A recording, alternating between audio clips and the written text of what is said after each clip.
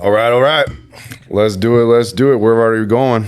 This is Joey Tribbiani. What's going on, bud? Joey Lorenzo. Joey is the owner of Crew Digital, along with his wife, Brittany, who is in our live audience today. This is our first live audience.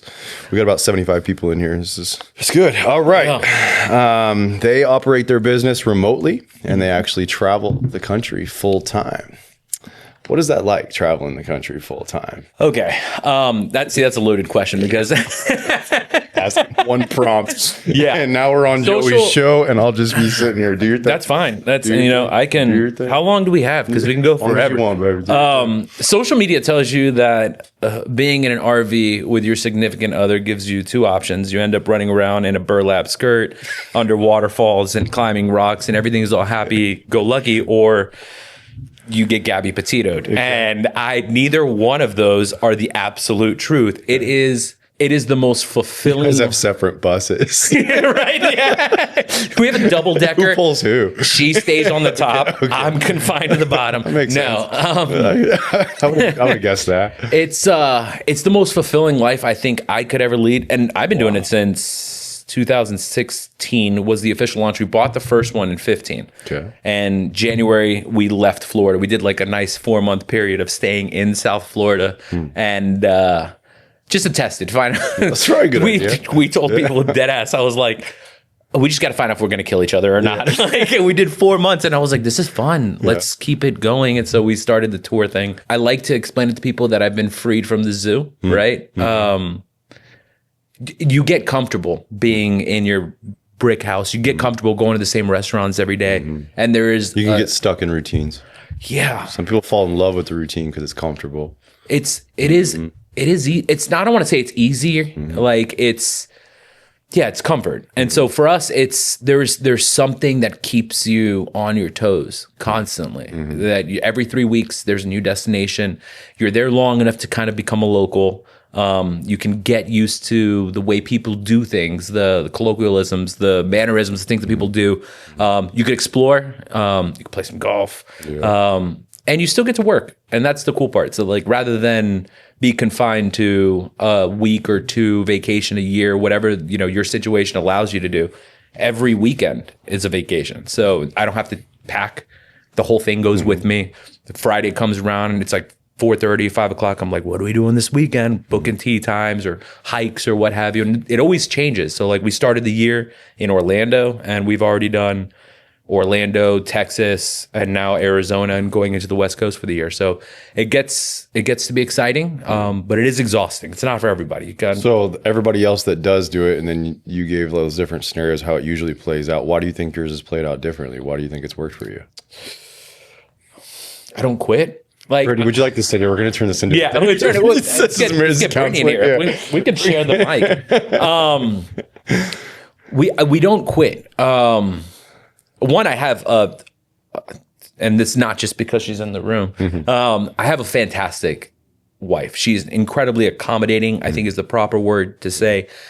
She lets me be crazy and come up with these ideas and say, you know what, let's see what happens. And inevitably they come out to be fun. So why the hell not? Always. Yeah, exactly. I don't know about always, but all right. We'll let that ride. Having a supportive partner who can deal with the, let's call them nuances of small living, right? Like, I mean, that bathroom is everywhere. You know what I'm saying? It's in the middle of the RV. You have to be extraordinarily close with somebody. We don't do the open door poop. Yeah. I've been saying that around, like, oh, shit with the door open. I'm like, what? No, don't do that. Close it. Light a match. Let's keep things secret. It really is a team effort. It really is just a lack of wanting to do the same thing as everybody else. And more importantly, to feed the inner nomad in me. Like, what's also cool is when I first met you, you didn't play golf. Actually, you had some pretty negative things to say about it. I did. Then you're going to need to take those all back, which I know you maybe at this point. I still kind of. And now you both love it.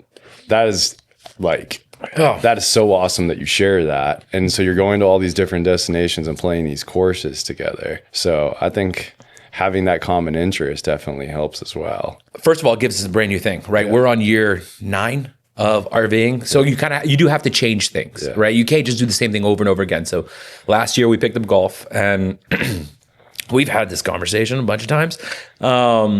It wasn't in my definition, the manliest sport, right? Like I grew up playing football. You used to actually work for it. I remember say it was not, it's not athletic. It's not athletic. There's no way it's hard. Yes. Yeah, no, this is, it's not even a respectable thing. Like it's at most a hobby. Like, you know, I lied. I was wrong. I can. What was the question you asked me the other day? What was the amount of money? Was it 5 or 10 million if you were given, but you could never play golf again? How much would you take to never play golf again? Okay, so if it's not 5 or 10, you said no to that quickly. I said 500. 500. It would be 500 million. You can't get me to stop playing golf ever. It's the first thing in my life besides my wife that I will not stop doing, and I mean that with the hard D. I love it. Yeah, yeah, for sure. I said that to my brother yesterday after we had talked, and he's like, "Without a question, I quit." Yeah, I'm like, what? For how much? The 5. Yeah, the 5. Does he? Yeah. Is he true to himself? He is. Like, I mean, does he there's love so many other life? things you could do. And I was like, I guess. But like what you said, if I had all that time, what am I going to want to do? I want to go play golf. Yes. Yeah. What are you going to do? Sit on a beach somewhere? It's not even just like the game. It's being out there. Yeah. I love being out there. It's beautiful. I try not to be on my phone like at all. I just throw it in the little compartment there in the golf cart. And my wife's awesome about it. She just lets me go do my thing. So she's not ragging on me about how long it's taking. Wonderful. And when you're playing with the right people, like you're not getting pissed off. I don't like playing with people that like throw a crazy fit and go sit in the cart and pout for a long time, break their clubs. You know, it's like you're paying to be out here. Yeah. So why not let yourself enjoy it? And you can constantly get better. There's always like, you know, one day your drive is doing great, but your irons are off or whatever. Like it's just the way it has to all sync up, and then the mental side of it. Like if you lose your mental, it's over. Mm-hmm. It's over. And you've been playing amazing for 15 holes and then have one blow up moment in 16 and either bring it back together and salvage the round you that had going that was great, or you can just completely fall apart for the rest of the day. And you learn a lot about the person that you're playing golf with, how to handle that stuff. Yeah. Or if they're dishonest. Mm-hmm. Come on. Yes. Come on. It's like you get to the cart and like, wait, and you know what they got. You know they got a hard 9 or something. And you're like, hey, what'd you get there? Just waiting for starting to write 9. And they're like, yeah, I got a double. It's like, are you serious right now? Are you counting the same way I count? Exactly. It's just... I don't get that, but some people do go like 1, 2, 9, 7, 3. I shot a 3. You know, like their number line is a little backwards. Or the double par thing. Nah, not with me. Why, you won't say double par? If you shoot a 6 on a par 3 and you think that's your cap, absolutely not. Keep stroking, bub. Oh no, if I shoot a 6 on a par, like I got it in. Like someone thinks that they got a 5th. If they shot a 12 on a par 3 or something, they think that the max score should be a 6. A lot of people play double par. That's really common. I don't know anything about golf. Apparently, that's really cool. That's a thing. Yeah, they cap it at double par. No, I thought you just played ridiculous. You showed how much. And that's real. The golf. That's the real rules. That's how you get better. A lot of people play. You cap it at double par. No, I took an unorthodox approach to golf. The first 6 months, I kept score, but I gave myself unlimited mullies. It's fine. It was a weird, and having fun with it before it pissed you off enough you didn't want to come back. Thank you. Yeah. And really, what I wanted to do was I needed to convince myself I could, right? And so it's like the first couple times you go out there and you're hitting a ball, it's really demotivating. It is. Like you think it's a stick, it's a ball, yay big. I can put that places. I mean, I've lifted, I've played sports my entire life. It's not hard. And then you go out there and you're humbled. You know what to do, but you can't get your body to do what you know to do. There's even a lot of instructors that are amazing instructors and can fix somebody else, but they're still not good themselves. They can't get their body to do what they know to do. Teachers can't do. Like there's like with boxing, I was so humbling for me. I went in arrogant thinking like, you know, I'm tough, I'm strong, whatever. And in the first 5 minutes, I was like, holy shit, I don't know anything. And they beat the shit out of me and humbled me really quick, which was great for me. But I was like, why will my arm not throw the hook? Like that guy is teaching me to do it. Like I see it, I know to do it, but it's just, it takes the repetition. Yeah. And the problem with golf is a lot of times then people build repetition of the wrong habit. Like if you take a kid and you teach them that golf swing, you see that nice fluid golf swing. It's got such a good rhythm to it. but then you take somebody that's been doing it wrong and then try to teach them, and they just can't. It's so much harder to break the repetition of the bad habits they've built up. Yes. And so I think that the more, like, what I've been really working on is just simplify. Okay. And I will go in, and a lot of people struggle with over the top. Like, that's a really common thing. That means you slice the ball. If you're right-handed, it's going way out like that. It's spinning off because you're coming across the ball, which is putting side spin and spinning it off. And if you just learn how to hit from the inside, that sounds so simple, but for whatever reason, I would say probably 70-80% of golfers still struggle and hit a slice all the freaking time. Okay. And so when you just simplify things down to your setup, first having the proper setup, you're giving yourself an actual chance to not have to get everything absolutely perfect at the right time athletically to make something bad work out. So if you give yourself the room for margin for error, you're already helping yourself up with the proper setup. And then just simplifying the takeaway and the backswing, like you'll see Rory does a drill where he literally just takes the club and just goes, drops his hands from the top. And that's because he doesn't want to come over with his shoulder. He wants to drop.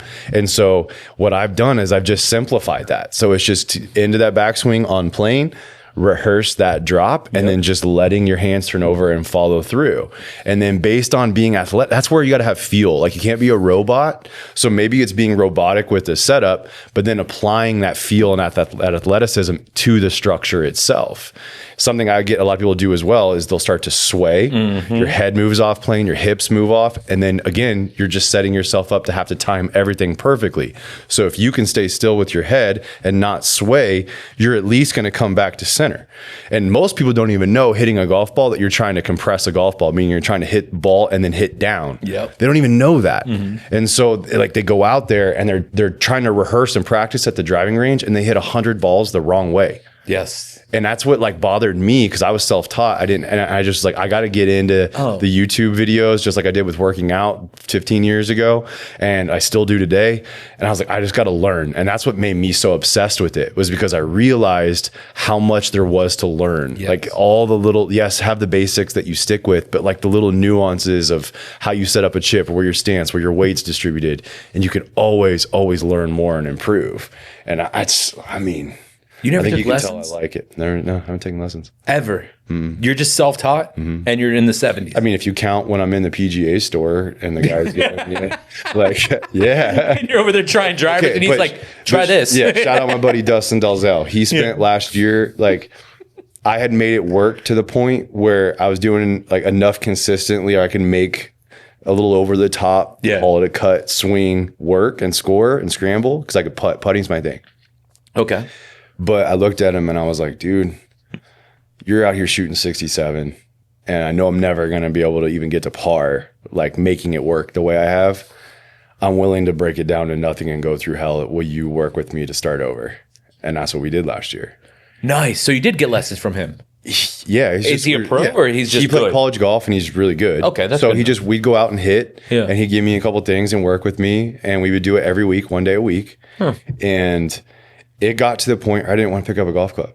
I was so frustrated, because it went from me being like, I had some days, like my best string of 3 rounds was like a 74, 77, 79. That's fantastic. All at the same course, but still, like I was playing consistent, was playing multiple times a week. I almost regretted my decision, because I got to the point where I couldn't even do what I used to do. And then I was just so twisted up and everything. Yeah. The club started rotating in my hand on this weird thing. And I just like couldn't even, I didn't even know what to do with myself. I literally just look at him and just put my club on the ground and just sit in the cart. And I'm like, what is happening right now? I can't hit the ball to save my life.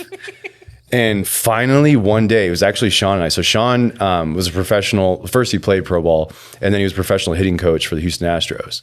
Okay. And so what he's really great at is giving me some of the mental stuff that they work through with the baseball side, obviously different mechanics, but from the mental side.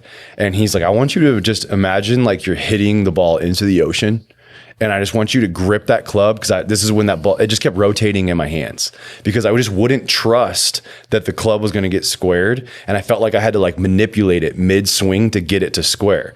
And he's like, just hit it in the ocean, grip that club as hard as you can, and just swing. And it just flushed. Yeah. And I just looked at him with this big grin and I was like, you fixed me. And then I could build off that. And I finally could build off that. And now I'm at a place where I'm still not scoring at where I was, but it's a much more consistent ball flight. It's a better stroke. And we'll see how it goes later today when we get out there. I still haven't broken 80. Yeah. So and I'm swinging with my legs. So that's the other thing is I didn't swing with my legs before. I didn't have the proper disconnect to load into my right leg, transition through the left, and then let my club follow and let my hands get there first. I was so top heavy, just using my strength and my obliques that I could create that spin because I could still smash the ball. Yeah. But then now that I actually use my legs to hit the ball, I can hit the ball so much farther. You should try boxing again then. I know. Because that's the trick. That's the trick for the hook. And you're exactly right. I could do it with boxing, but for some reason with golf, it was just repetitions of the wrong thing. I couldn't get myself to do it. That's where I got, we bought our clubs December 23. It's 25. Yeah, December 23, Christmas. Then we did a training package with Golf Tech. I remember this. Yeah, so we got like a year, and I was a little overzealous, and I was like 12 months and 20 lessons per person. Mm-hmm. Ended up losing a couple of them because you end up not, especially with the traveling thing. Yeah, I was going to say they probably don't have many Golf Techs on your route. And so we did two. We did Dallas and we did Lake Conroe. Okay. My guy in Dallas definitely fed my ego. I have that delusion that I understand that everybody's human, and outside of being able to dunk a basketball without a trampoline, if you can do it, I could do it. Mm-hmm. Like, it's just the way that I am. I did have the disconnect immediately. Like, the way that I had him, he went through and he was like, this is how you hit a golf ball. And then I was like, no, I need you to stop and like, I need to watch you for a second, step by step, explain it out loud, and then I'll just duplicate it. Well, I'm weird, I'll be able to do it. Mm-hmm. And he was like, okay, cool. So he's like, first, come through, come back, arm straight, blah, blah, blah, don't open up the hips, don't sway, don't push your butt forward, don't hump the air, all of the different things that you're supposed to do in golf and things that you have to know, the little triggers.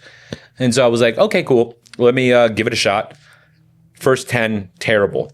And then I took a 9 and it went 150. Okay. And I was like, what is that? Is that me? It's fine. Okay. You go. You're good. It's part of the live audience. It's part of the live audience. Sorry about that. We hold up the wrong cue card. Yeah. Why is it talking? Anywho. So yeah, no. Why did that kind of sound like you? What was that? Google. It was listening. Trained it to sound. Yeah, it does that all the time. It just starts talking and you're like, I didn't say anything. I had to do stop listening to me. And then he was like, you're doing everything right. You're just trying to kill the ball. And so that was my problem, was the lack of feel, and I only have one speed. It's go. I don't know how, like, these people are always like, oh yeah, give it 60%. And I was like, then you're not going to get it done. Right. Like, there's no way. You have to give it 100%. Like, that's just, football teaches you that. Anything less and you're getting hurt. Yeah, like, so it was just go. And so the hips was always the first thing. And I didn't use upper body at all. I was like, I'm not even using my shoulders. He's like, no, you're trying to kill the ball. I was like, I'm only moving my legs. Like, it's just when I do that, like, open up the hips, like the Dak Prescott thing. And he's coming up, he's like, yeah, exactly. Like, I'm doing that. And he's like, dude, you're trying to kill the ball. And I'm like, I'm really not. And so then I quit him and went to a different guy because I was like, this guy doesn't know my swing. And so I go to Lake Conroe and I go to Ryan. Did he have his hand on your hips during this process? If he would have done that, we might have gotten along better. Like, like if he would at least reached around, like touched my club, we could have been friends. At Lake Conroe, I had Ryan, and I'll never forget this guy because he was. I was like, oh look, I'm good. I could hit my 9-iron 150. In my head, I thought that was good, and he took my 9 and he bust 185. Yep. And it looked like he didn't move. Right. It was just butter. Compressed, and I was like, face, and it just goes. What am I doing wrong? Exactly. And that's when he said it. You got to hit down on the ball. Mm-hmm. And I was like, okay. And so that's when he taught me exactly what you said with the Rory thing. Mm-hmm. Like, anytime I, like, at the warm-up, I come in and I drop down and I move the hips, drop down, move the hips. And I'm like, okay, cool. And now I've got the inside out, little baby draw with the irons. And I'm like, you know what I can't do? I can't fade my irons. Really? I can't. I cannot fade my irons just going straight or left. Or I'm fine with it. If straight it's consistent, or draw. Whatever. Yeah, that's it. Fine. And then I can't draw my driver. Okay. My driver is the most inconsistent or is thing. it moving right? Oh, right, for sure. Okay. Yeah. So there's We'll look Yeah. at that later. Yeah, it's right for sure. Yeah, it's right. Yeah, I'm aiming left to get where I gotta go. Well, we just went on a slight golf tangent. What were we talking about? Oh yeah, I'm living in a van down by the river. That's what we were talking about. So when you're driving, I mean, like you said, you start out in Florida, and here we are on the other side of the country. What do you guys do to pass time while you're driving? Like, what's your go-to? I don't know why he catches so much flack. Who? And so it's Rogan. All I do is I listen to Rogan the whole time. I don't listen to like. Why do you feel self-conscious answering? Because it's so just like stereotypical. I don't like the politics of the world right now, like with everything and anything that's going on. It's always like you're this side, you're that side, you're this, whatever, blah blah blah blah. To you, I could be honest, and I'm like, hey, I whatever.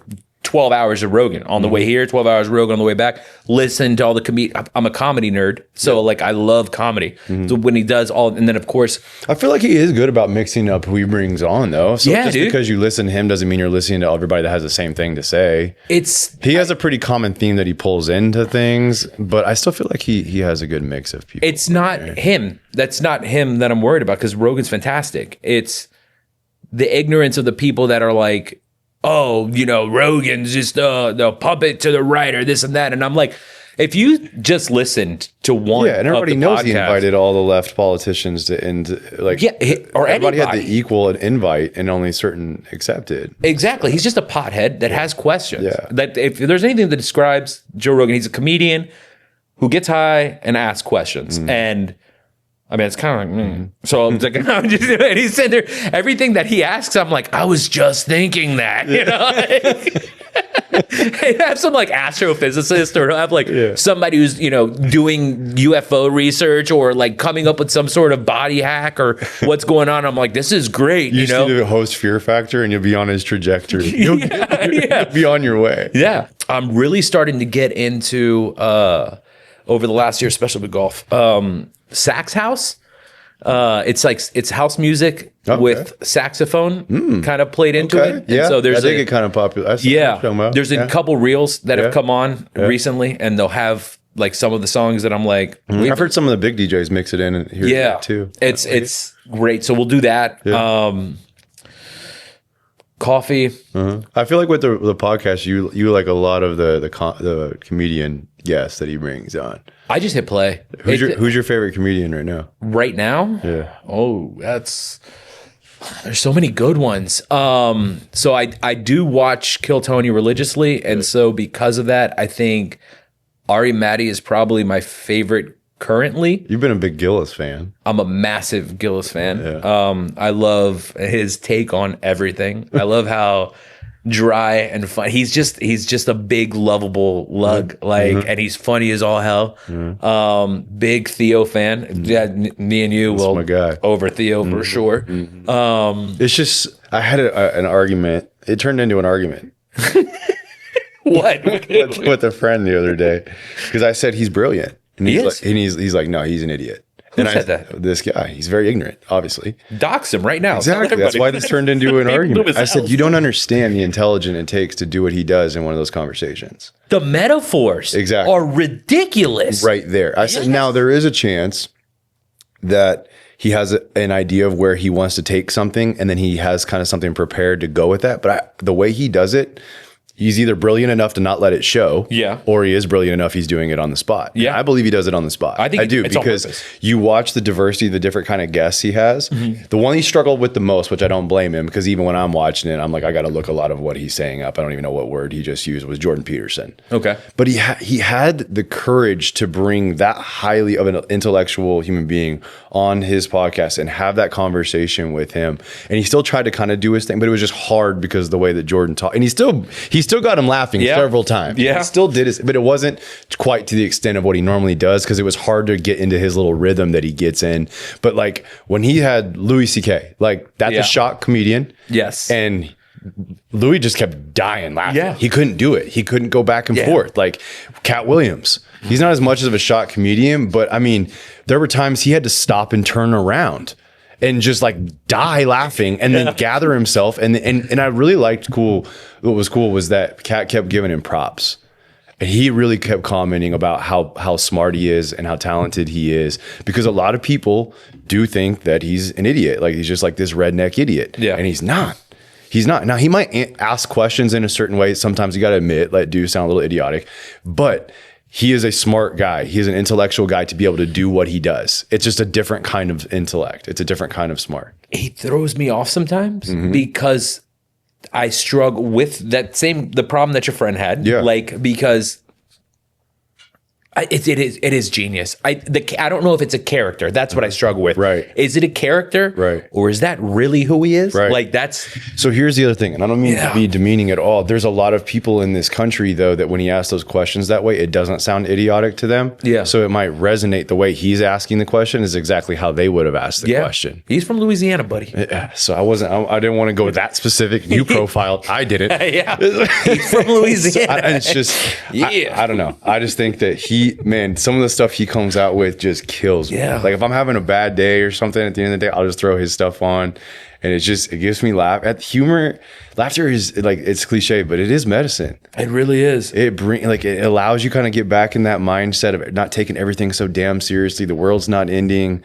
Like and even if it is, like you can still laugh and find a way. I know that laughter and being a comedian can also be a coping mechanism to not deal with your problems. That's why we see a lot of comedians that have deep mental health issues and unfortunately can lead to deep unhappiness with themselves, because they've always used it as a way to deflect from actually allowing themselves to be seen. They're always the funny guy. For sure. They can't just be themselves. They got to be the one that's making everybody laugh. So then they'll want you to be around, or they can hide behind it. But I don't feel like that's him, because if you have like the episode with Tony Robbins, he cries, he gets open about his relationships, his own coping mechanisms of what he's done.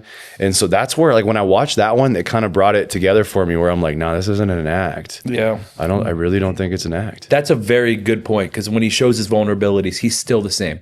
He's still this. It's the same accent, same person, same everything. And then he's like, no, I'm just human Theo. Like, and in those moments, I love when these big personalities, because so many people look up to them, whether it be for the comedic value or what have you. It's really cool when people get to see that these are vulnerable humans that go through the same things we do. Are the scales a little bit different because they're dealing with a couple extra commas and certain zeros? Absolutely. Yeah.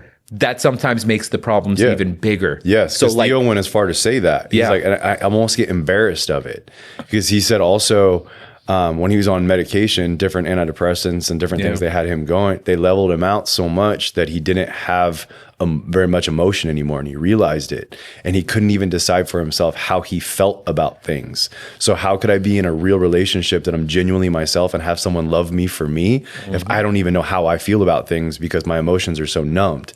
And so he came up, and then it was funny. He's like, I've been off for a week. We'll see how it goes. He does we'll that. see how it goes. You Tony him live? Robbins is dying. I have not. I need to. I can't wait. He's different. Really? He's different on stage. Really? Yeah. In what way? What do you mean? He's got a lot of energy. Really? Like, I've seen him like throw the stool when he comes out. I've seen some stuff like that. But like, what do you mean? Just the way does he work the crowd with high energy, or he's just like fidgety? What do you mean? Well, this is Theo is like Brittany's comedic man crush.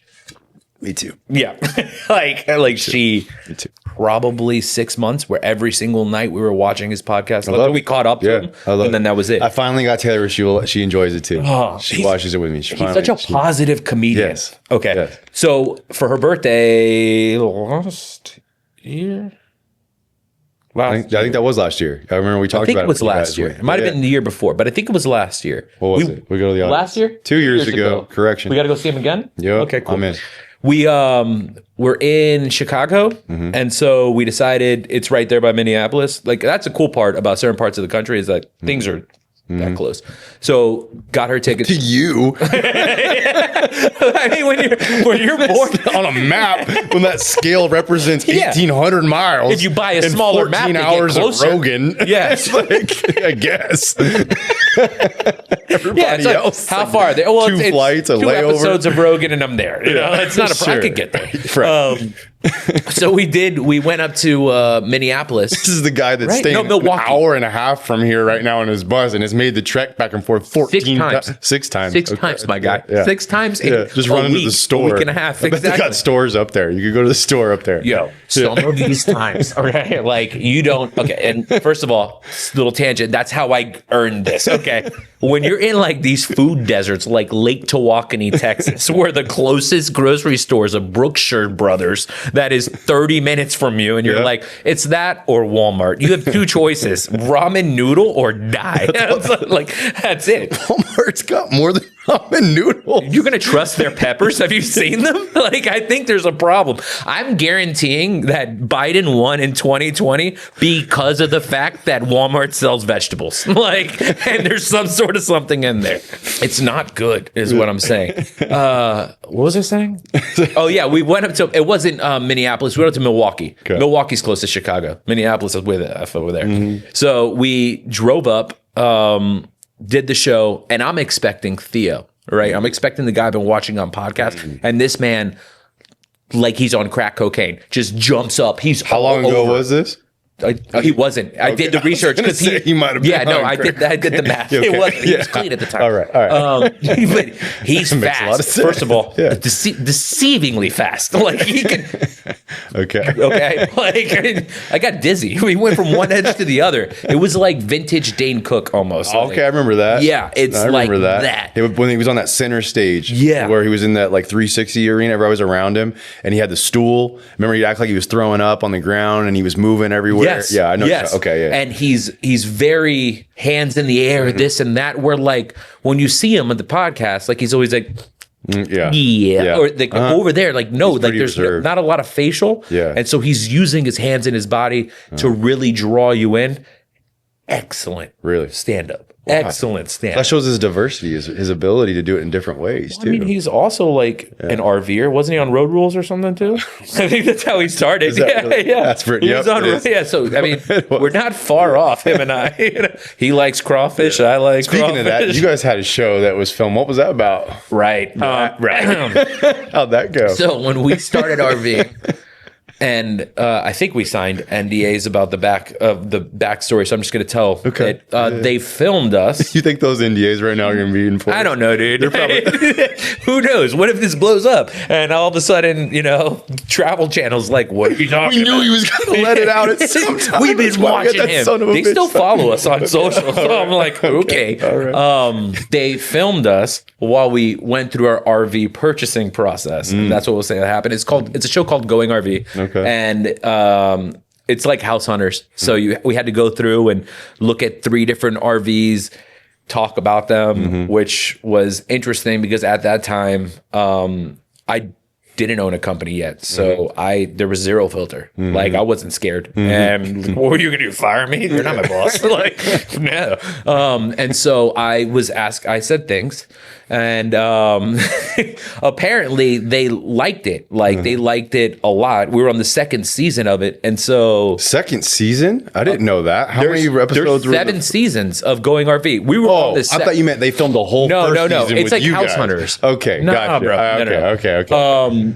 So we were we were like the 3rd episode, season 2. It aired, and like a month later, we get a phone call, and they're like, "Hey, a lot of people really like you guys." And I was like, huh, "What? Why? Why would they do that?" And they're like, Tell me more. Yeah, exactly. I was like, well, you guys are doing it full time, and the whole thing about this was people were just buying RVs. It was like because they were hot, and I was like, okay, yeah, and you're young. I think at the time, This was during that craze where everybody was buying them like crazy. Yeah, dude, we were. I think Brittany was 20. I was 30 and she was 26. This is before COVID then. Well, 'Cause the before COVID. This is that was 2016. Nuts. It was year 1 this happened. Okay. And so we thought, like any ignorant person, like, well, we're going to be big. Yeah. We're going to be the RV people. That were, Chip Gaines. Yeah, dude, it was before, even all before that, before like traveling was cool. I think there were like 2 or 3 couples out there that were doing it. Shout out to Gone with the Winds. We followed you. It's not your fault that we do this, but we did learn a lot from you. So they were on season 1, and that's how we found out about the show. Then we jumped on, and that was cool. And so then we ended up we filmed like a 3-location. It was called America on $100, and we had to like do things. So we had to show people like what you could do if you had an RV and $100. I was like, one, it's not realistic. If you have an RV, you don't just have $100. And then two, what are you doing inside that RV? Exactly. It's like, do you only live in New Mexico? Is your name Walter White? I have questions. So no, we went to this. Actually, the first time we went to California. So they made us go. We were in Texas when we got the call, and then I looked at Brittany and I was like, I know it's a brand new RV, but there's no way this is nice enough for TV. So we ripped off all the cabinets, sanded down, and we did a 3-week remake of the RV, painted everything like this nice soft teal and made all the cabinets white. The RV was 6 months old. Like it did not need a makeover, but I'm crazy. And so I was like, if we're going to do this, we're going to do it right. Yeah. I got one speed. Yo, we are in an speed. RV lot. All right. I've got Ryobi everything, because I'm also not buying Milwaukee. Like, we don't know where this is gonna go. I've got Ryobi everything, battery powered this. We're sanding things down. Brittany's like, I have calluses, and I'm like, that just makes you a better man. Get going. And we paint everything. We drive out to California. We do Paso Robles, and stayed at a winery. They showed us all that stuff. Filmed that whole deal. We did Idlewild, which is like in between Palm Desert and LA. It's like one of the mountains out there. That was fun. Ended up doing like an Oktoberfest thing. I wore lederhosen. We met, I still tell people to this day because it's kind of fun. We met Amanda Siegfried's cousin. Who's that? And she told us. And so Amanda Siegfried's the one from Mean Girls who has ESPN. And she could tell when it's already raining. Okay, I didn't watch Mean Girls. You've never seen Mean Girls? No. I got all daughters is coming, but no, not yet. Who cares? I have 0 daughters. Like, love the movie. What are you talking about? Like, it's a cinematic masterpiece. I mean, yes. They have side cuts in which Lindsay Lohan is running like an African animal in a mall. It's a fantastic movie. It shows the problem with America. Okay. Like, straight up. Like, right. Watch Mean Girls. It's really good. Okay. Oh, and Rose McGowan? What's her name? Anyways, not my point. They just have us at the table, and this chick's like, Amanda Siegfried's my cousin. And I was like, oh, okay. That's cool. And so now, because of that, everywhere I go, I'm like, we met Amanda Siegfried's cousin, like, just for her. She wants people to know. I'm going to help her out. A lot of people are finding out right now, too. I met her. She was great. But we did an Oktoberfest there. And then, Pismo Beach. Okay. So that one was the irresponsible shoot for sure. Because I had an incredibly overloaded Tundra. Like, I saw the commercial where they were like, it can pull a shuttle. And I was like, let's prove it. Yeah. And just put way too much weight in that thing. And then popped it in 4x4 and drove on the beach with it with a tow behind. Okay. And then there's that whole situation. I'll send you the video. Okay. It never, so then they did the screencast thing and sent it to people. And they were like, some people liked you and some people didn't. And I was like, but that's the story of my life. I'm used to it. Exactly. And so we didn't shoot the show. I think that's why you're a happy person. Yeah. Could be. Could be. There's not a lot of what you think about me matters. Like, I'm gonna be me. Life is always interesting, and you know my life. So my life is interesting, and Before we talk about what you do, if you had to describe yourself without it involving what you do, how would you describe yourself? Jello. I can fit in any container. I'm always going to taste good. You have to think about always going to taste Jello. Good. Yeah, it was the first thing that came. I wanted to be honest. So it was the first, when you asked it, what's the first thing that came in? It's like Gumby. Like, okay. Like I can mold. I'm a chameleon of sorts. But the thing is, go ahead. Finish your thought, because I disagree with what you just said. Interesting. I think you can, but the thing is it contradicts with the fact that you don't care what other people think. And you're just going to be you. So you don't have to be Jello to the sense you got to acquiesce to what you think they want you to be. You can get along with pretty much anybody and you can make yourself comfortable, but it's not because you're going to conform to what they want you to be. I think you took Like, do you think Jello? I'm thinking of Jello and Chameleon, like the same thing. Yeah, and they You're are. saying Jello is more of what? It's more of I can do anything. I can be anything. You can put stuff putty. in me. You're putty. Hey, you know what I mean? You're I'm putty. great for every occasion. Jello. Can't eat. You can't make it. You in can this. eat Jello. I love eating. It's all great. No, I don't do I'm not flexible for other people. I'm flexible for me. It's good to be able to fit in certain things, and it's good to you're be a respectful, mess. right? Yeah, and that's kind of what it really. As the more that I think about it, it really is Jello. I am Jello, and I. Jello and then Joey. You could kind of run with it. Yeah. It's it works for me. Jello. But no, some Jello. you're right about that. I don't do well with other people's rules and regulations. I can do anything as long as I'm comfortable with it. Yeah, but I think you're also good at articulating as to why the rule or regulation doesn't make sense. Oh, for sure. You're not just like throwing a fit and not able to explain yourself.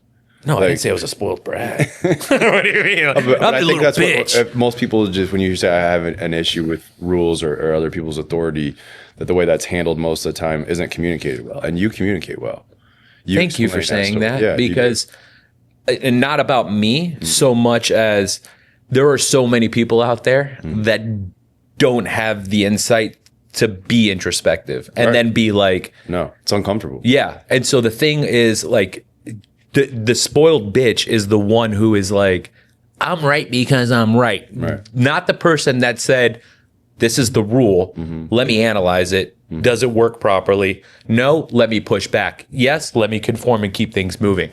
And then it isn't until you get to that step of no, let me push back, then you have courage and you push back. The person who is just like, I don't like that, and then that's the end of it, that's the little bitch. And that's my problem. Without ever actually even understanding. Yeah. So yes, you're right. I don't do well with authority because what I've learned in my life is that authority is based on past data. And so things have a hard time evolving, and Jello can change. You know, we're gonna stick. Jello's gonna be the theme of the show from this point forward. Get him off the top. Yeah, They we're look gonna like you tell me. Green Jello, pineapple slices. Want to be weird? Stick a hot Okay, dog so in it. data. So let's transition that into what you do. All right. So, Crew is a digital marketing agency. Yeah. Tell us about it. What is Crew? Crew Digital. Crew Digital. Do not bring Jello into it. It's like if you took pink and blue Jello and you put them together. Pink and blue are company colors. No. Crew Digital, while technically I am the CEO, it is of Is he? she's the president. Okay. So I mean, I don't have any real authority if you think about it. Like I just get to put those three letters. It's nice. It is the brainchild and the Brittany's baby. Like it is my wife's kid. We worked for an agency that will not be mentioned. Yeah, let's not go there. And there were some problems with that place, and she was fed up. She didn't like the way that things were being run, things were being handled. And rightfully so, because I was one of the higher up managers. So she was probably right about that now. And so she decided she was out. And I was like, well, here's the problem. I'm still stuck here. Yeah. So you're pretty much leaving jail and confining me to a life sentence. She was already looking at RVs. Yeah, she's over here just like, well, I'm going to go get a hobby and be a stay at RV wife. Yeah. And so I'm like, this isn't good. I'm leaving too. Okay. And so we left, and then we started thinking about all the things that they were doing wrong. And we said that was going to be like the backbone to our business. And so one of the problems with them was they were like, oh, you don't steal anything of our stuff. And I was like, you're wild. Why would I? I am taking everything that you do wrong and doing the exact opposite. And it's worked. We've been in business for 5 years. We have happy employees. We have extraordinarily happy clients. my cell phone's always on. I make myself available to everybody. But Crew Digital is a digital agency. So we specialize in building websites, in specifically SEO. CROUX, which is how you spell Crew, stands for conversion rate optimization and user experience. So that's how you get the CROUX. But I love food. And so everybody knows that if you're going to make a good etouffee or a nice jambalaya or gumbo, you need a solid roux. And so that's where, like, I was like, we're going to spell it Crew. It works out perfect. And then pink What is that? You don't know what an etouffee is? Oh, what is that? Buddy, we got to get you hanging out in the lands of Theos. Because you kind of like, you had something like on the tip of your tongue and it was lingering, and I had things going through my head like, this is what he's going to say. And then you hit me with that. No, a crawfish etouffee. Yeah, I'm trying to tell you, got that. You and Theo from the same dude, New Orleans is like my favorite city in the world. Cajun cooking. Well, what is that? So etouffee is like it's like a cream-based dish, usually with some sort of shellfish involved, so either shrimp or crawfish. Okay. It's not necessarily spicy, but it is French in nature, and so that's where you get the Cajun cooking, because Cajun cooking is essentially African and French influence put together, makes out this wonderful world of culinary arts.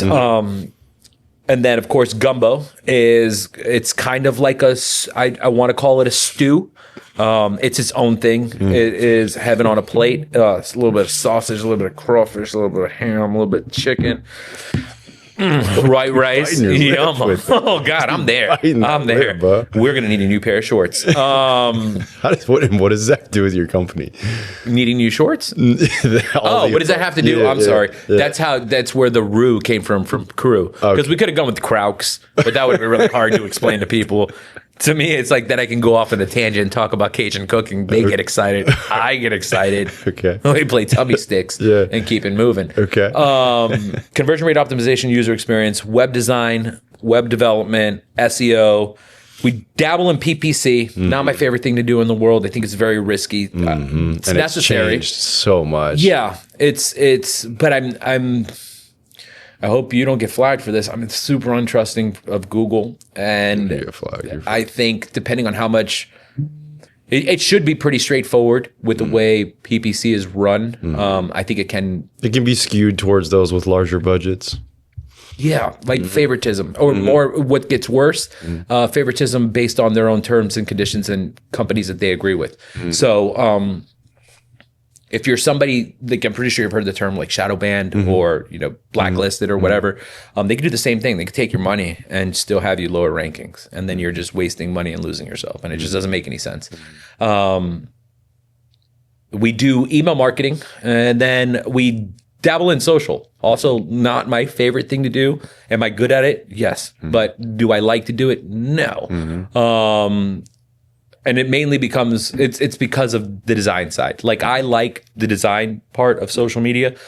I like everything that goes into it. The problem is usually the clients. You're the only person that I know that is on social all the time, diligent, content changes. You're taking your pictures. You're doing everything right. Most people, when I'm like, hey, I'm not in your area, right? Because I'm traveling. We did this already. Send me photos. And they'll be like, yeah, for sure. 6 months later, I'm like, can I get some photo? I've been using the same picture of a pull net forever. Let's switch it up a little bit. And so that can be a little difficult from time to time. That's why I don't like it. But yeah, that's Crew Digital. We're small. We're only 5 of us, but we're big enough to produce results, but small enough to where you know who you're talking to. How are you utilizing AI in your business? And how do you see it as like a amplifier for you, and how do you see it as a threat to you? Oh, it's a threat because people are dumb. Let's be honest. I've traveled this nation. I've met a lot of people, and Walmart's in business for a reason. AI gives you false sense of security. First of all, it's not AI. They're LLMs, learn language models. Like it's everything that they're able to crawl, accumulate, and then collate. Isn't it in ChatGPT, it's like 2 years. Like it was capped. No, they've changed that. I think they're up to 6 months now. And then you can, with the newest model, you can actually give it URL. It'll crawl it, and it can kind of work in real time. Really? Yeah, it's not just confined. It doesn't have access to the internet in the sense that it can actually complete full tasks just yet, but it can read a page, and it can read a current page. It's not like going on Wayback Machine and I've had 2 people tell me that in the last week that it's 2 years behind. So I'm glad I asked you that question. Yeah, I think that When did that change? GPT-3 was still 2 years behind. 3.5 might have been a year, and then 4 got really close, like 6 months. And I think you could actually ask it like, what's your latest database update? And then now 4.0 is, and not 4.0, but the 4 little o, the mini model, and then 0.1, those will crawl a site. So that's where things get a little complicated. Yeah. Because about financial forecasting and things like that you could use it for. How do they? people are doing it already, for sure. And that's one of the things I use it for is data analysis. It's fantastic at, understanding spreadsheets instantaneously, being able to show me where the true pain points are fast without me having to waste time. It's speeding things up for me from a data analysis standpoint, as well as being able to explain trends, wins, and importances to people. So rather than me having to type a lengthy email out, I can give it 6 or 7 reports and say, okay, cool. I want you to summarize, the wins from this month over last month, blah, blah, blah, blah, pull this up, and it can generate a quick synopsis. I can send that off, and I don't have to waste a lot of time on like reporting. The problem is that people think it is AI. People think that it is a solution to everything, and then you go in and you start to use it for content development, or you start to use it for digital assets, and you're not paying attention to the minute details that are evident to anybody who has, at least 3 working brain cells, and they're looking at it and they're like, this is wrong. Like, you're pulling from this article and from this article, smashing them together and putting it out to the world. And essentially it's like the people that cheated off other people in class, they think they're proud. They're like, that was the smart kid in class. I did it right. And they'll turn it in. And then when they get their F, because the smart kid, they don't know that the smart kid last night was actually the first time he ever drank and smoked and came into school today, half gone, and now it's his first F that he's ever gotten his entire life. But you don't know that because you don't have the actual expertise to be able to see the difference. And then you're passing it forward as your gospel. That's wrong. You're the idiot. Yeah. Now, that is like a very specific anecdote, right? Where that's not going to happen all the time, but it can happen. It could kill your rankings. It could kill the way that things are pushed forward. I mean, I've talked to you about it. I'm like, I remember 4-ish years ago when it really started to pick up trend. Yeah. And you were talking about how to use it as a tool for inspiration from a workflow perspective, like different things like that. And I've seen you utilize it that way. Yeah. But you're right. There's a lot of people that have gone to it for the answer itself, especially when it comes to creating content. And so how do you see that trend moving forward over the next 5 years with AI? Well, it's not AI that's really going to be the force that sends it. It's the quantum computing. Okay. We don't have, with the current CPUs, the ability to do what we think is general AI, where I could ask. The other problem is the conversation if computers will ever have I don't want to say the capacity, but kind of the creativity to be able to generate new stuff. And that's where you get into general AI. Or general intelligence, excuse me. With quantum computing, you're going to be able to process more. And so you're going to be able to teach more. And there are rumors that you're going to get to the point where I can not necessarily create consciousness so much as create consciousness. Like be able to talk to something, have it have think of ChatGPT, but without the flaws. And then without the copyright infringement, like where you'll be able to go through and get problem solved. Hey, this is my goal. I want to create a website. I have an idea for this, and this. Build the plan. And it will eventually get to that point. I see that happening. There's an extremely trendy fitness influencer right now. It's probably top 3 in the world. And he posts on his page his conversations that he has with ChatGPT at night.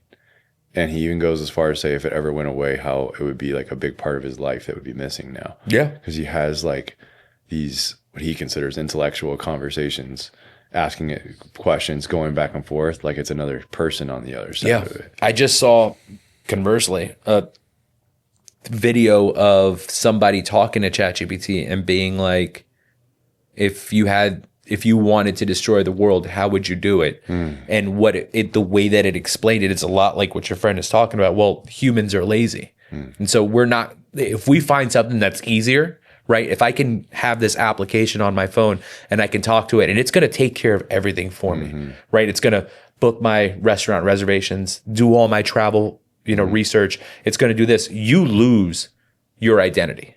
You're no longer you anymore. You're just taking orders. Yeah. You're the outputs of this LLM. Ooh, let's get deep because Right? already how much of what we do on a daily basis is a product of our subconscious patterns. I mean, it's already been that's just formed gonna by social. And it's going to be amplified. Exactly. It started with original TV media and then moved into social media. And then now you're moving into LLMs and eventually AI, where your whole personality will be formed and curated, not by your own curiosity, but by what's being told to you. Because the thing is that like, let's say you only ever had an 8-colored Crayola box, right? And every picture you ever drew was only ever going to be with those 8 crayons.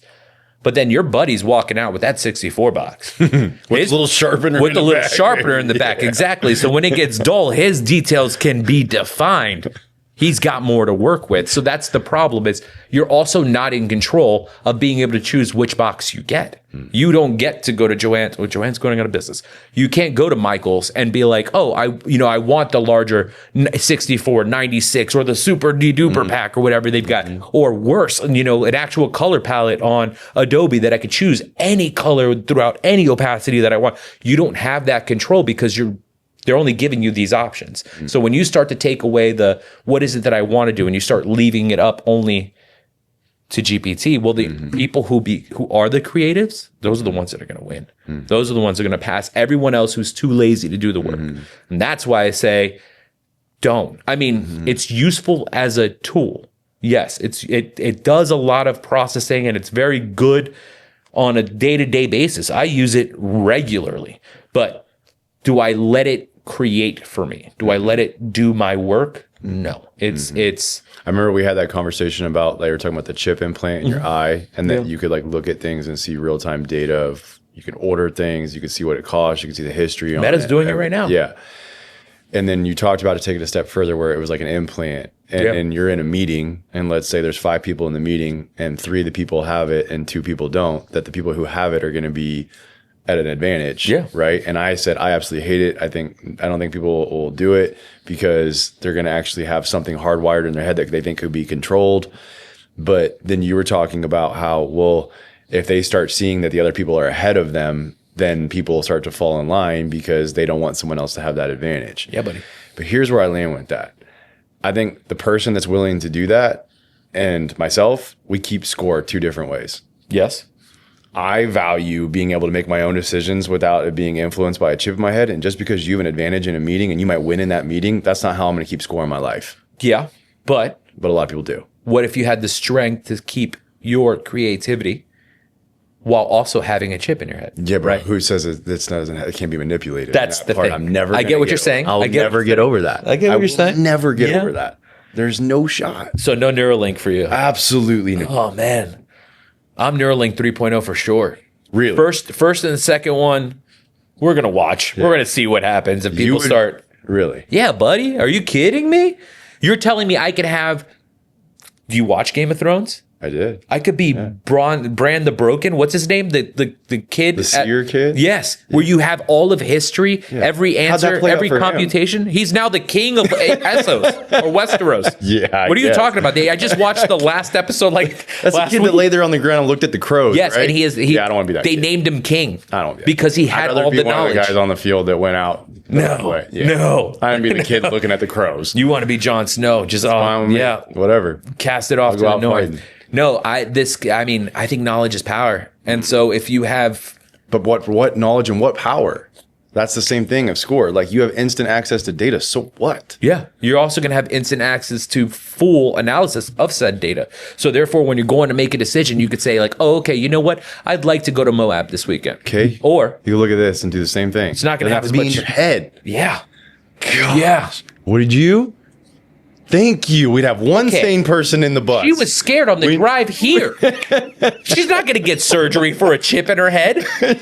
We are not the same. It takes two different people to make shit work. Like, exactly. No shot. I think I'm not against the Neuralink. I'm not against the ability to, while I'm sitting here having a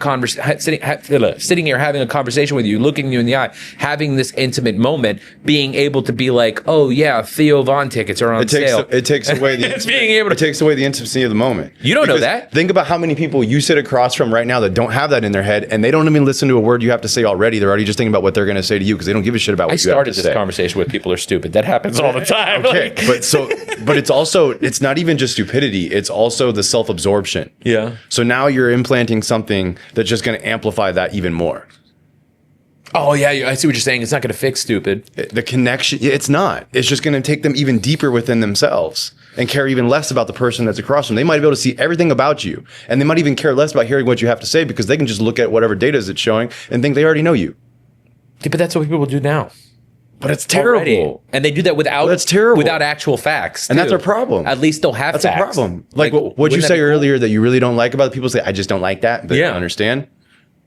That's what you're doing. I'm trying to show you. No. That's what you're doing. No, I'm saying you got to take the time to understand the person. Yes. Not their data. That's what, aren't you? Your emotions, who you are, your child, your story, what makes you you, that's not your data. It's what I've done. It's who I am. But that's not what's going to be shown on that screen. Okay. That is data though. Like I think data is a very broad word, and data could be every accolade I've ever, accomplished in my life. That doesn't make you. That's what you do. That's not you. No, that is. That's why earlier when I asked you, I said, describe who you are. And you said Jello. Jello. Yeah. So when I looked at that thing, I'm just going to see Jello right now. Every color. But it's what you do, what you do for work and all that kind of stuff, how much money you make. That's not you. That's not who you are. They're facets of you. Like, it's like saying that an individual puzzle piece isn't the puzzle. You're right. It is a piece of it. Mm-hmm. And so. But think about how easy it is. You'd be prone to make generalities about that person based on stereotypes of the other people that have the similar data. That's a flaw on the other person's thinking. But it's just going to reinforce it. So if I'm sitting there and he gives me all this data, this guy's worth $17 million and he did this, and this, I'm just going to write it off most of the time that this guy's not going to give a shit about me. He's going to be an arrogant, self-absorbed asshole when really he might be one of the best people I've ever sat across from. That's going to reinforce stereotypes that much more. So what you're talking about is an individual's KPIs. Yeah. What their rubric is for their determination of another person's character, your perception. Mm-hmm. Like, there's a thing that I've always said was that, you can't control how other people perceive you because you can do your best to curate it. Mm. And so at the end of the day, if what you care about is finances, golf handicap, chicken nuggets, right? Flavor of chicken nugget dipping sauce, right? Those are your three things. And then that's all I judge you on. If you're over here also taking care of an orphanage while simultaneously creating a new computing system, this person only cares about these three rubrics. That doesn't mean that you're not these other people. Mm-hmm. It's all still part of the data. I can't control which data points you look at if you're using a Neuralink, but I care about the data points I care about. And that's a lot of data points about a lot of things and a lot of facts. And if I have the ability to see all of it, real fast and understand all of it, it's going to allow me to make faster decisions. That's why I'm saying it's beneficial. I understand. Open it up. But your point is also based on an assumption of what data points that Neuralink will reflect and show. And we're both doing that. It's going to be a computer. Yeah. It's not a spreadsheet that just shows, hey, he does this on Tuesdays at 5 p.m. I think it's going to be everything. I think you'll love this part of it. Go ahead. I mean that heavily sarcastically. It's going to immediately show you your social media and what their social ranking is. And things social ranking. It needs to be a ranking system. We're going to go straight China. Social ranking will matter much more. How you like that? That's plausible. I don't think they would allow it I don't think they're that'd be already a at good the point selling there point. that the cameras, they recognize your gait, how you walk. They don't even have to see your face. You have a mask and a hood on. And then if you do something they don't like, they can immediately dock your social score. They immediately deduct money from your account. Well, that's China. Okay, I understand. But where do you think this is all going? Not to China. Don't Think say there's that, just dude. Some really good guy that's going to be in charge and be like, okay, this is all in place, but we're just going to make sure it doesn't get used for the wrong reasons. We have the same technology they do, and we're not doing it. So I have to have hope in the fact that we are a free country, like when and you we're look going to at me continue through to that be. lens, and it says, okay, he has this following or this or whatever, and I look at yours and it doesn't have the same, and then they're going to be like, okay, we're not on the same level. I don't have a verified blue check mark, and I'm still great. What do you mean? Like, yeah, I get it. I don't like any of that. I hate any of that. That's why So don't do it. but that's what everybody's going to see. All That you don't do it? No, you're going to see it every time you look at somebody. That you're going to have a social ranking attached to them instead of just who they are as a person. I don't want to judge who I like. That though, yes, it's you can. always been that way. To. You can make that choice, but a lot of people won't, and My it just guy, reinforces it. My first car was a 1986 Grand Marquis. Okay, people would not talk to me because I had a 1986 Grand Marquis while everybody else was driving like 2003 Mercedes compressors. That social break between people is going to always be there. You don't need the chip and I in hate there. that. Don't you hate that? I learned that. No. No. Don't give me anything else. Just answer that question. Don't you hate that? No. What do you mean you don't hate? You think that it's good for someone to not like you because of the car you drive? You hate something or don't hate it doesn't mean you think it's good. I did for a very long time in my life. I absolutely hated it. It was. Let's go to the flip side of it and remove it from you. Let's say Yeah. you had a Lamborghini and everybody liked you because you had a Lamborghini. Do you like that? No. I don't either. I don't like either one of So those. don't you think this is going to reinforce that behavior? No. How? It's inevitable is the point. It's By choice. It's reinforcing the We choice. are And then you human. talk about being subject to being manipulated of what you're thinking and how you're seeing things. Yeah. You brought up social as an extent. Now, if every time you look at somebody, that's what the first thing you see is their social ranking, you have to consciously choose to ignore everything you're seeing and see them for who they really are. That much more than you already have to. so That's why I hate it. let me put it here. Instagram, Facebook, Twitter. Anytime you go to anybody's page or X, anytime you go to anybody's page, it tells you how many followers they have and how many people they're following and all that stuff. I don't look at it. Okay, that's fine. But if you go into a room and everywhere you look at it, it's above their head. It is right now. It is right now. And I don't look at it. So don't look at it. But that's something that I have to, like, I don't want to say overcome, can't but I control deal with them. a lot of times. Is someone will expect me to be a certain way, and then they meet me in person, they're like, oh, wait, he's not like that. That's their flaw, not yours to manage. I agree, but it's going to reinforce it. No, and it doesn't matter at that point. That's why, and maybe that's why I live in an RV. I want to be able to be in a room with 100 people, and the only thing that matters and it determines rank or how you view other people is how you interact together. Okay. And nothing else matters. But what about the doesn't matter other how much people money in you the have in your room? pocket. It doesn't matter how much social status you have. It doesn't matter anything other than how you treat others as a human.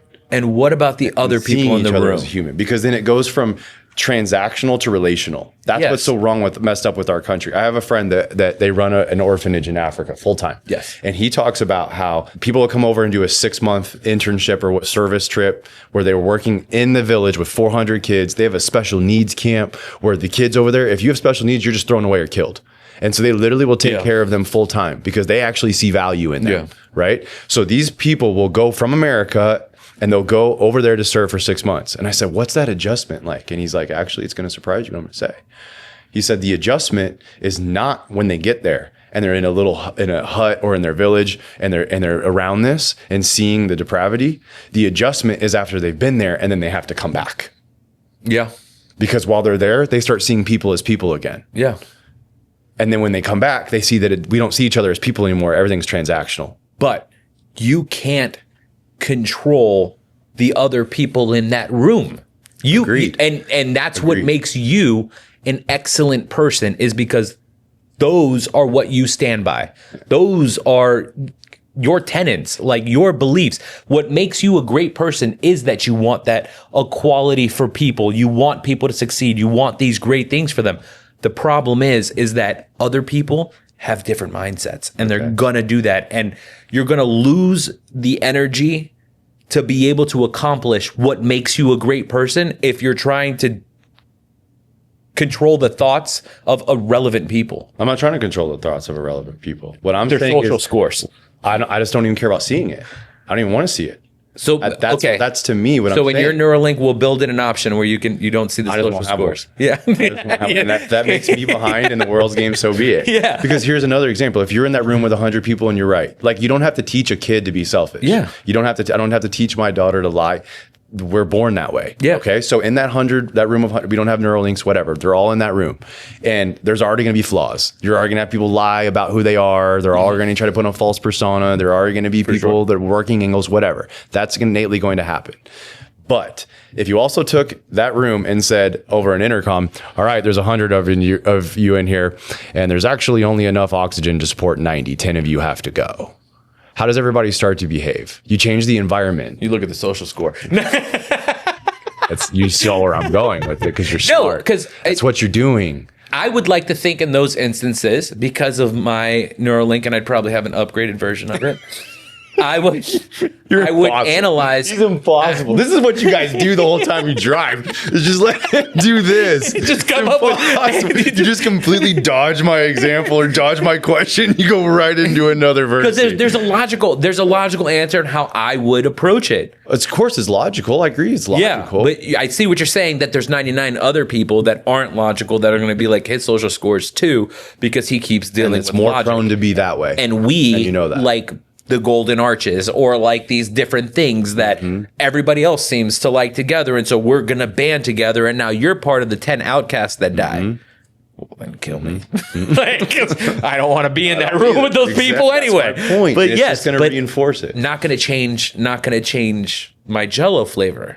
Like I'm still going to be you're unique. Yeah. I want that to be there. And so in those instances, so I'll give you that compliment. Yeah. Even if you had it, I don't think it would change you. Yeah. But I think so overall, our society, the way that it's been behaving for quite some time now, I do think it would drastically change things in a negative way. Yeah. You're unique. You're not wrong in your thoughts and the way that you're looking at it, that there are problems that could happen. But every time there's new technology, every time there's new things that come out, everybody thinks it's the end of the world, that this is going to be the end all be all of things. And we seem to adapt. Like we seem to make things happen and evolve, and sometimes things don't work, and it leads to destruction, and sometimes things do work. This is one of the first times where there's a full capability of it being a real life problem with AI and Neuralink and things like that, because you're right. Like if you have, we've all seen the Terminator, right? We're really close to where it's possible. You just have to hope that we're doing the right things to make sure that that doesn't happen, that we prevent these things. Sure. Yeah, but I'm not, and I really hope we don't have a social score, my guy. Mine's going to be low. You start to get into my chats and texts, that's a problem. Yeah, no. See, and that's the thing is I've had the opportunity, and I'm very thankful for it, to get to know you. And what's crazy is we've just now met in person for the first time. 6 years. In 6 years. Yeah, buddy. I saw you walking through that glass door, and I was just like, this is crazy. Yeah. We just gave each other the biggest hug. I told Taylor when I got home, it was just like, you've been here every day for 6 years. And because I've gotten the opportunity to get to know you, I know, like, there was another gentleman on here who you said you watched his episode and you really liked. Love that guy. David. And I've said to him several times, he's like one of the most virtuous, like principled, good, non-God-fearing men I've ever met. Yep. And I feel the same way about you. Like there's something within you that like you're just good. Like I'd go sign up with a bank account with you right now and not worry about checking the balance that you didn't. Like I just trust you. You need Neuralink. I just trust you. Yeah, thank God. I feel the same way about you, minus the non-God-fearing. You're extraordinarily God-fearing. You're a very religious person, right? And done the correct way. To me, like I've met a lot of religious people that don't practice what they preach. Yeah, because you do very little preaching. You do a lot of leading. Thank you. And just let your what you do and the way that you are inspire people Yeah. and try to, spread your word that way. Also, about that hug, I was very pissed off that I had my glasses on because your fucking pecs pushed my glasses into my... Just motorboat. Yeah, immediately I took them off. If you notice, this time I didn't have them on. You had the neck strap. Yeah, dude, for sure. I was like, yo, Brenton, what's up? I've tried hard. I see what it is. It's super easy to just be a shitbag. It's super easy to take advantage of people. It's almost rewarded. They're talking about social score and like using that same example. I'd be like, You're seen as almost soft. If immediately in my head, I put myself on the ass end of that deal. Like I said, the 90 people would see the social score because they all like the shiny things that you they guys like. were on that one episode though, so that would give you a nice Yeah. little bump. Yeah. What's her name's cousin? Exactly. I'd be like, You met her cousin. okay, yeah. Right. So we might get 11th get a little place. That'd be bump. fine. Yeah, you'd be up there. Not red. Hey, number 90 still gets in. it. You have to make a conscious effort. I think that's what people get confused on. They forget that. See, like with my beliefs, I believe that we're evolved from animals. So for me, I respect my animalistic instincts. I know that they came from in my head. Like they're not going to be removed from my DNA. Like that's where being able to persevere in certain situations and being able to push harder comes from whatever genetic thing that allowed me to evolve to where I'm at. That's my belief system. And so because of that, I recognize those things and I say, wait, we need to create community. We need to have each other's backs because if not, then it's possible that the animals take over. Like we have to be good people and we have to be good to each other. Where did that good come from? Probably a lifetime of shit. Like if I had to think about I feel like a lifetime of shit for most people makes them calloused. I was for a while, dude. Yeah, for sure. I was a sour individual. I was bitter. Yeah. I'm not a human. I'm definitely like I'm not without flaw. I've made a lot of mistakes in my life, and I think my experiences have formulated the decisions and the things that I've done. And through making mistakes in a naturalistic way, like it's like I said, it's easy to make the wrong mistakes, and I've made those plenty of times. And then you see, wait a second, there's nothing good that comes from this. And then so I started being a good person, like actively thinking about what is the right thing to do in these instances. And instead of looking at stuff like, oh, this is what I want to do, look at it and be like, well, what are my options? And then look at those options and make the decision of what is the best thing to do that is in line with the character of who it is that I want to be. And I've seen you in several scenarios there where you would have the option to do something that would be technically wrong or unethical to advance yourself, but you still have chosen not to. Why? Because it's not But that's not animalistic. Right. No, I said the last thing I said, and this is maybe a point that I forgot to say, that you get to choose your character. And I think, so if you think about it like a video game, like you get to create yourself. You get to set your own attributes. You get to set your compassion, your empathy. You get to set how much thought you want to give into things. You could set your strength values. You could set things, all those can be worked on as an individual. And so the one thing I got really lucky is there was like... That was awesome. That was a good one. Yeah. There was one thing. There was when I spent a year and a half homeless, which is not a lot of people know that about me. I had a massive falling out with my parents when I was 21, and I left Fort Lauderdale, went back to Orlando because I went to UCF and had made friends there, had gone back to Fort Lauderdale, so ended up going back up to Orlando, living on a friend's couch. And then also living on another friend's couch. And I would couch hop. And then I had a really good friend who we used to go to the beach together, and we'd live off of double cheeseburgers. 1 or 2 a day is what we did for a year and a half. And it was the most freeing time. But the cool part about that, since it was just us two, and shout out to Tobes, long time no talk, but hope everything's good with you, buddy. he was a very individual person as well. And so he would kind of just sit there and sit silently. And so what happens when you have that free time? You get in your own head. You start to think.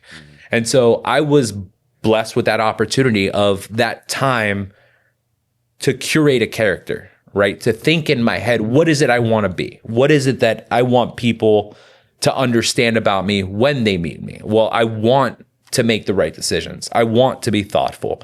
And so once you determine your list of attributes, then you have to make them happen, right? Because you can't just want something, then you have to do. So it's almost like anytime you have to have a planning period. So that was like I got lucky and I had a 1.5 year planning period. A lot of people would look at it and be like, dude, that sounded rough. And it was like, you know what? Like if it's not for that, I don't know if I'm where I'm at now. And so it gave me the power to be alone, which was fantastic. And that's why my wife and I do so well. It was one of the things that we bonded on the first time that we talked. She spent a lot of time on like by herself, just hanging out, listening to music, doing what have you. And so we found this thing that like, okay, cool. So we don't need to be dependent on one another. Your likeliness to be codependent. Exactly. But then we can instead help each other out. And so I had that 1.5 year planning period, and then I had to come up with the execution period. And so there was like 3 more years where I'm sitting there. That's when I got into fitness. I started working out, getting real crazy about it. Started working for a law firm. That was my first profession, ended up becoming a paralegal. And that was a depressing job in and of itself. Ended up leaving, clearly. Did this whole like self-curation period where I became essentially who I am today, or at least the building blocks of it. And then more life happens, more things go on. You analyze those instances, those things that happen, and you have to go back and you have to think about them. Like I am an overanalyzer. For the longest time, I wouldn't sleep because I'd be up to 2 o'clock in the morning, just running the day through my head. What could I have done better? And I started building an entire Rolodex of if this, then that's, so that the next time something would happen, I'd be better prepared. I'd be able to slow down and ask the right questions. Okay, this, rather than looking at it and being like, this is the way things are, becoming more of a functional calculator, so to speak. And so I'm happy that you see me as a good person. It's something I worked really hard mentally to kind of create. But I do kind of want to be a laid back little piece of shit too sometimes. But do you feel like becoming a good person was a vehicle or a mechanism to be successful in life, to defend yourself? What compelled you? Why become a good person? Because you can play the game of this life and be successful in the world's terms without being a good person. So why choose to be a good person? Because you take it back to the animals, and it, like if you have an animal, they don't make that choice for themselves. They're almost always a product of their environment. Yes. You could take the same breed of dog. You're like, use a pit bull that has a bad rap. Yeah. You put a pit bull in a loving home, it can be the most loving, amazing dog you've ever had. You put a pit bull in a really bad, abusive scenario, it's going to be a vicious beast.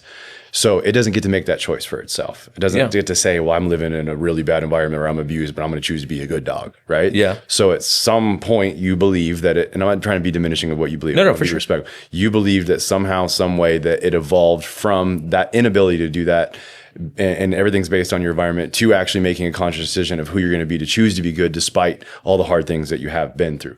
Where does that come from? Why choose to be good instead of self-preserving and doing what's going to advance you the most?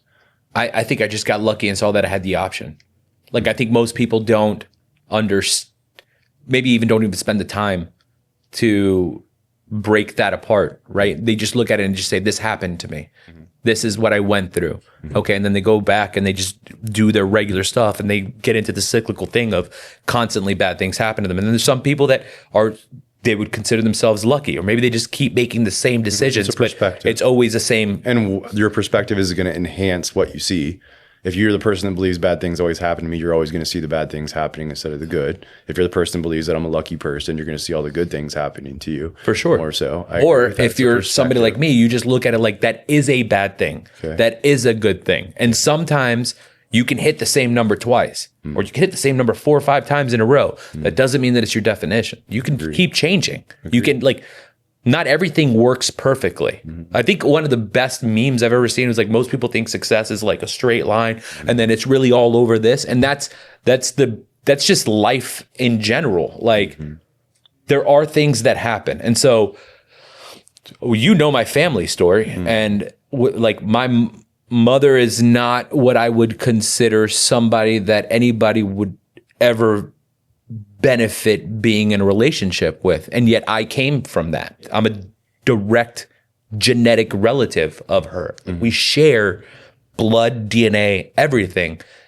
And I can look back and be like, I don't want to be that. But it becomes like you see all of these, you experience everything, and then you have to then take the step, take the initiative yourself to go and like make the right decision. So every time I use the word initiative, I remember I think of Rodney from Burger King when I was 14 years old. He was my first manager that I ever had. My first job was working at BK in South Florida. It was like the second day of me working there, and we were talking about polishing the steel, and I saw that it was dirty, and I just went and sprayed it, cleaned it down, and that was it. And he was like, I'm really happy that you take the initiative to do things. And I was like, what does that mean? And then he explains initiative and the benefit of it and this and that. And my brain registered a little burst of positivity of somebody recognizing that I did stuff. Where in my head, it was like, if I don't clean that, I'm gonna get my ass whooped. But mom, like that's what I thought in my head. So you did that because of however you learned. And so, but to have somebody come and give you a positive reinforcement, I was like, ooh, that feels good.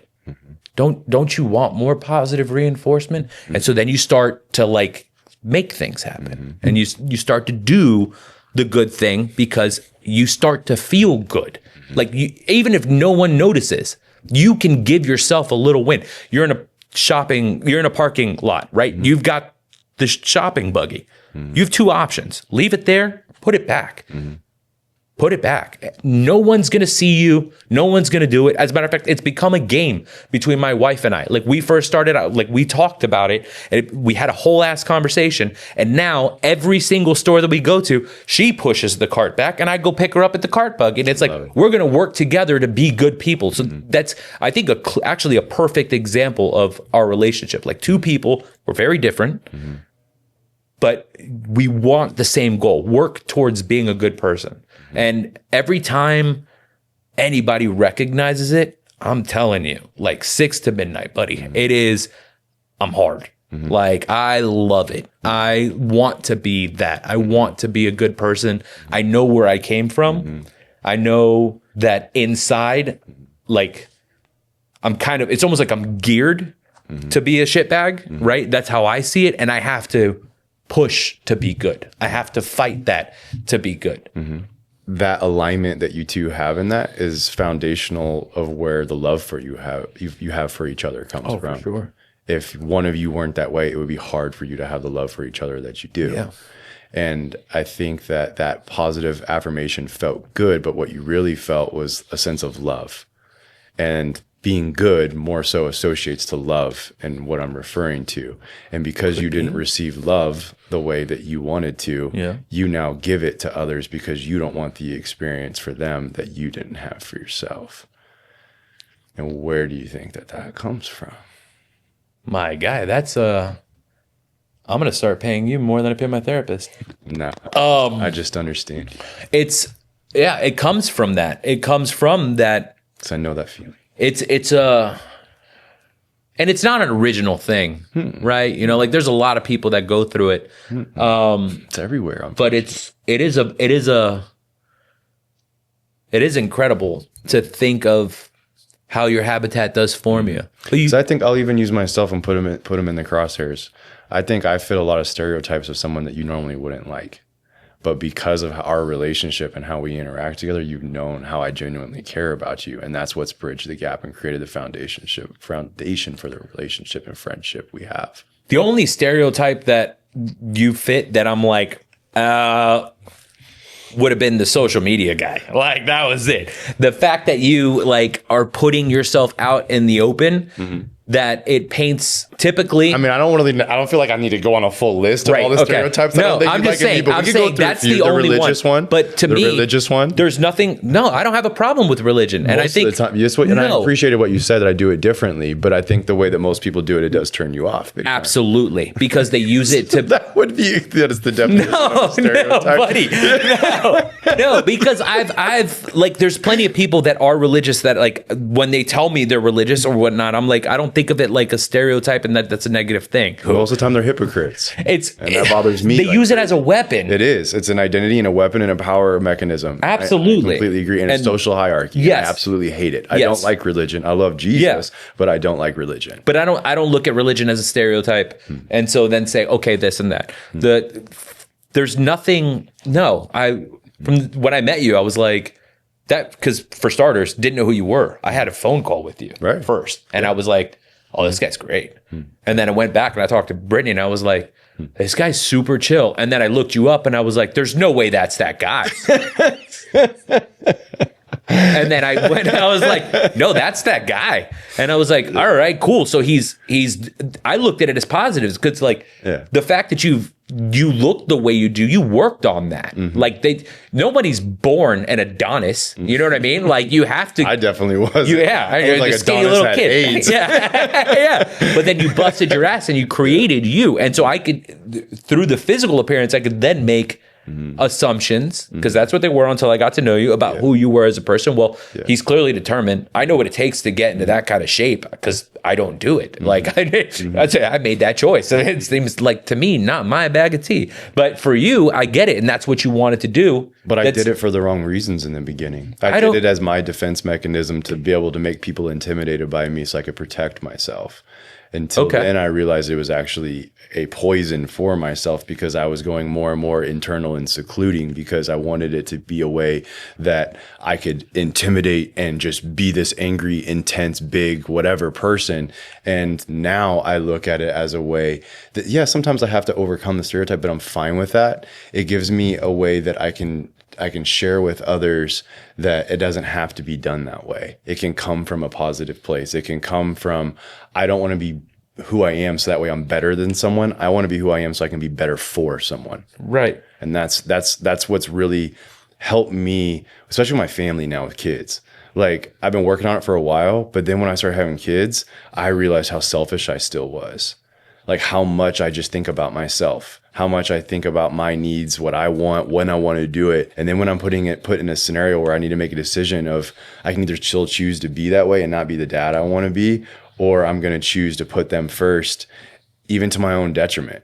Even not meaning where you neglect your health and that's not healthy for your family. Yeah. But what I mean by that, and it's a great way to actually reinforce what I'm saying, is I realized that by taking care of myself and being healthy and leading by example, and also being willing to put my needs behind my family at the same time, it actually gave me like this new motivation, this new power that came from a positive place instead of a negative place.